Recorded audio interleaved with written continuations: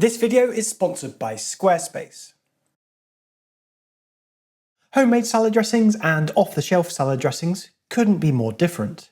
Anything that's designed to sit in a bottle on a shelf for a long period of time has just got too many compromises in terms of flavour and quality of ingredients.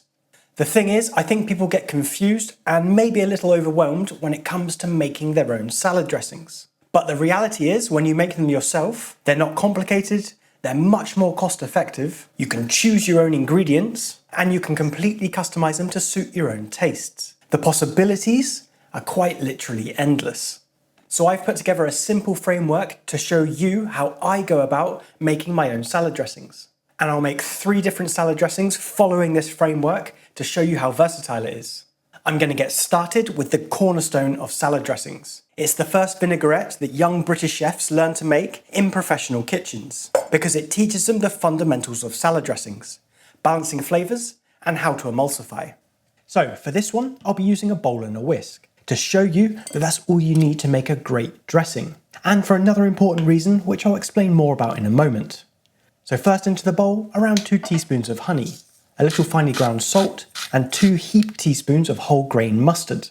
Then I'm following that with 100 millilitres of white wine vinegar, and whisking all of that together just to get the salt and honey dissolved into the vinegar. Then next up, 200 ml of extra virgin olive oil.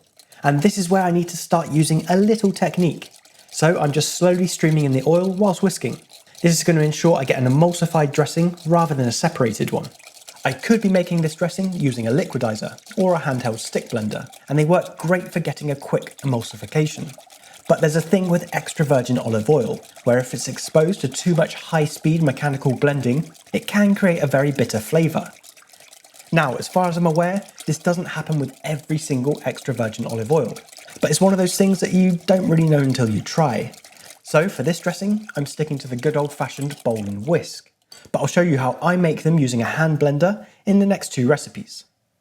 Okay, so once I've got all of that olive oil in, I'm going to go in with 100 ml of a neutral tasting oil. This can be whatever you like.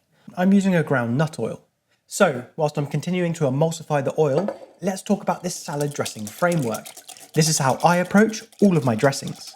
First, I add the flavourings and any ingredients that help with emulsification. These helpers can be things like mustards, pastes, egg yolks, avocado, vegetable or fruit purees, basically anything wet that has some body or thickness. And the flavourings can be anything you like. Ground spices, fresh or dried herbs, finely diced shallot. You can really get creative here. Next up, the acidity. This is generally vinegars, but it can also be lime or lemon juice. Anything that brings an acidic flavour. And you can play around with this amount to tailor it to your tastes. This recipe is following the 3:1 ratio, which means 3 parts of oil to 1 part acid. And this is a good benchmark to start. Then, following that, there's the oil that I'm emulsifying now. Then lastly, I'll look at the consistency once this dressing is finished, and I'll adjust it with water if it's needed. But I'll talk more about this in a minute. The last thing I need to touch on is the range of salad dressings. They go from light and acidic, like this one I'm making now, all the way through to rich and creamy, like a Caesar, ranch, or a blue cheese dressing. The next 2 recipes will fall on different parts of this spectrum. Okay, so all the oil is in. I've got an emulsified salad dressing, it's time to taste. I got taught this many years ago. It's a good idea to taste the salad dressing using a salad leaf, because if you just take a spoonful of it, it's probably going to make you wince. So dipping in a leaf is going to give you a better idea of how it's actually going to taste on a salad. I like my dressings with a vinegary punch, but this is a little too far for me, so I'm going to balance it with a touch more honey. This will round off that harsh acidic edge. Next, I'm going to show you how I dress a salad. I'm going to encourage you not to skip this part. As basic as this sounds, there's actually some method in this which helps to amplify the flavours. So here I've got a bowl of mixed, young, tender salad leaves. And the first step to dressing a salad is actually to season the salad with salt and pepper. I never see anyone doing this, but it makes a big difference. And this will be something that restaurants are doing that you might not be doing at home. Then with the dressing, I put a small amount around the edge of the bowl, not directly onto the salad leaves. And really gently with my hands, I just toss the salad. This is getting the dressing evenly coating each and every leaf, and this prevents getting any dry mouthfuls when eating the salad. This method of dressing the salad uses much less salad dressing than if I was just to pour it over the salad on my plate. And even better, the flavour is so much more consistent throughout the salad. You can use salad tongs if you don't like using your hands, but these tend to bruise and break young tender leaves like these. So I'm a fan of the hands. For young and fragile salad leaves like these, they can only really handle dressings that are oil and vinegar based. I don't want to get too much into the names of leaves because they're probably different in every country. But you can just tell from the texture and appearance. They look fragile compared to something on the opposite end of the scale, like kale. Then to finish the salad, I'm just adding some cherry tomatoes, olives and spring onions. Lots of things would work here: cucumber, peppers, blue cheese, goat's cheese, capers, fresh picked herbs. This is a very versatile salad dressing.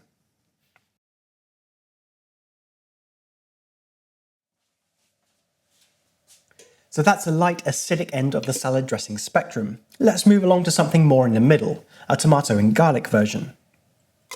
So for this dressing, I'm going to use a high-sided container. So first in with my flavourings: 2 teaspoons of light brown sugar, a pinch of salt, cracked black pepper, a small garlic clove, 8 sun-dried tomato halves. These are the type that come in oil. If you've got the completely dry type, then just rehydrate them in boiling water for 10 minutes and then drain them off. 2 heaped teaspoons of Dijon mustard. That's my flavourings, and the Dijon mustard, sun-dried tomatoes, and probably the garlic as well, are going to help me emulsify the oil. Next up, the acid, which is 80 millilitres of red wine vinegar. Then I'm going to blend that into a fine puree using a stick blender. This stick blender and high-sided container combination is my go-to for making dressings, because it's quick and easy to control the mess. Whilst I'm blending, a quick word from today's sponsor. Just like the salad dressing framework I'm showing you in this video, Squarespace offers exactly the same thing for website building, with their extensive range of award-winning templates and cutting-edge design tools. Anyone can build a bespoke online presence that perfectly fits their brand or business. You can start with Blueprint AI. This is Squarespace's own enhanced website builder. It can put together a fully custom website in a few simple steps by just using basic information about you, your business, and what you want to achieve. Then it'll offer you a range of personalized design recommendations. Using the drag and drop feature couldn't be easier. Pair this with the stunning styling options, and the best thing, no experience required. And we all know how important video content is these days. My business wouldn't exist without it. With Squarespace, it's so easy to integrate video directly into your website. You can create comprehensive video libraries, and it's so easy to keep it all organized. You can even monetize your content by adding a paywall. Perfect for online courses, exclusive tutorials, and premium workshops. Head over to squarespace.com/Ben Goshawk to save 10% on your first purchase of a website or a domain using the code Ben Goshawk. Okay, back to the dressing. Now I have this fine tomato puree. This is going to be a great basis to emulsify some oil into. I'm using 200 ml of an extra virgin olive oil. But remember the thing I said about blending extra virgin olive oil with high-speed mechanical force and getting that bitter taste. So to prevent this, I'm going to pour all of the oil in one hit. So it's sitting on top of all of the other ingredients. Then starting with my blender, full speed at the bottom, bringing it up until most of the oil has incorporated. All of this happened in the space of no more than 10 seconds. So I'm confident that this olive oil hasn't been over blended. And as you see now, I'm just using this stick blender as a whisk, but I'm not pressing the button.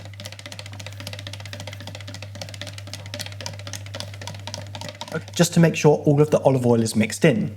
You could do this using a whisk, but it's just going to create more washing up. This method of dumping all the oil in and giving it a quick blend will only work with dressings that have a high wet ingredient level, like this one.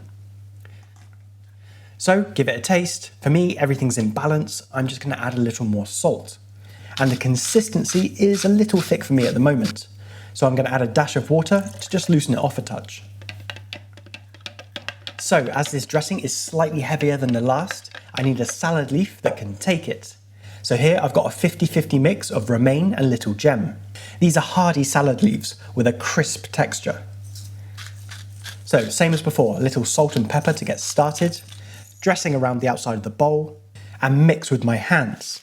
If you're someone who likes tons of salad dressing, the slightly hardier, crisper leaves like romaine and little gem, they're the ones for you. So, let's recap on the framework. I have more flavourings and wet ingredients to help with emulsification in this recipe. And because this dressing is moving away from the light acidic end of the spectrum, I reduced the amount of vinegar. I also used less oil compared to the first recipe, because I had more wet ingredients that helped to make up the body of the dressing. To finish the salad, I'm just adding some walnuts and some soft cheese. Then for some extra pops of flavour, I'm going to dot around a little more of the dressing.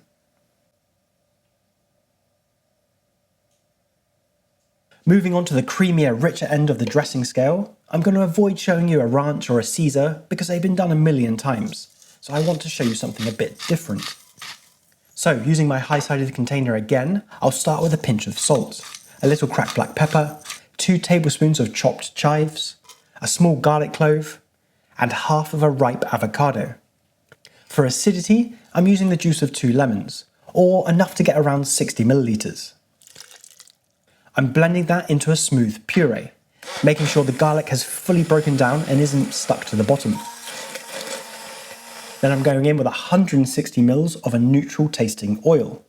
Because this isn't an extra virgin olive oil, I don't have to worry about over blending, so I can really make sure the dressing is emulsified. Once again, give it a taste. Mine needs a little salt and the consistency is a little thick. So I'm going to add some water again. As this dressing is heavier and creamier than the last two, I need a strong, robust salad leaf. So I'm going to go with some kale. Same as before, a little bit of seasoning and dressing around the edge of the bowl. As this dressing has a less punchy flavour, I'm going to be a bit more generous from the start. And I'm also going to add my other ingredients now, so they're getting coated in the dressing. So I've just got some blanched fine beans, a little broccoli, and for some spice, some jalapenos. And I'm giving that a really good mix. And once again, once I bowl it up, I'm going to put some more salad dressing around for some pops of flavour. That's 3 great examples of salad dressings from different parts of the scale, from light and acidic to rich and creamy. These will last in your fridge for different amounts of time. The first one will last for a month, the second one will last for around a week, and the final one will start to lose its freshness after 48 hours. If you like this video, then YouTube thinks you'll like this one as well, so go check it out next.